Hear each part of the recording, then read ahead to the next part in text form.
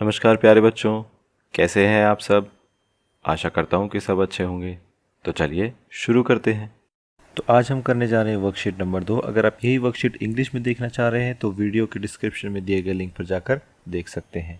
ये साइंस की वर्कशीट है, क्लास 6 की, 16 सितंबर 2020 की। यहाँ पर बच्चे अपना नाम लिखेंगे, यहाँ पर अपने क्लास टीचर का नाम लिखेंगे और हमारी वर्कशीट का शीर्षक है भोजन के घटक यानी भोजन के हिस्से।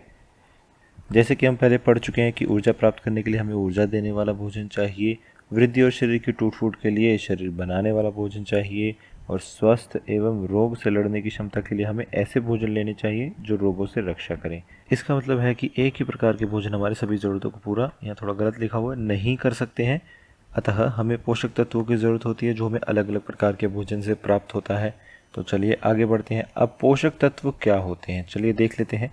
भोजन के घटक जो शरीर के विभिन्न कार्यों करने में सक्षम होते हैं उन्हें पोषक तत्व कहते हैं। यानी पोषक तत्व क्या हुआ कि हमारे खाने का वो हिस्सा है जो अलग अलग कार्य को पूरा करते हैं। कौन से कार्य हैं वो भी अब हम देखेंगे, और ये कौन से तत्व हैं वो भी हम देखेंगे। पोषक तत्वों को उनके कार्यों के आधार पर 5 वर्गों में बांटा गया है। चलिए ठीक है, कौन कौन से हैं। पहला है कार्बोहाइड्रेट। वो क्या करता है, वो ऊर्जा देने वाले पोषक तत्व, उससे हमें ऊर्जा मिलती है।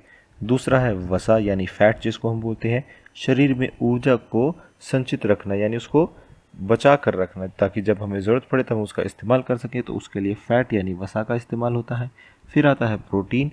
प्रोटीन क्या करता है, शरीर बनाने वाले पोषक तत्व हैं। जब शरीर में टूट फूट हो जाती है या शरीर जब बढ़ता है तो उसके लिए प्रोटीन काम आता है।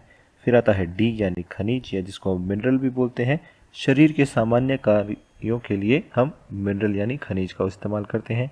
फिर आता है ई यानी विटामिन, जो रोगों से रक्षा करने के लिए इस्तेमाल में आता है।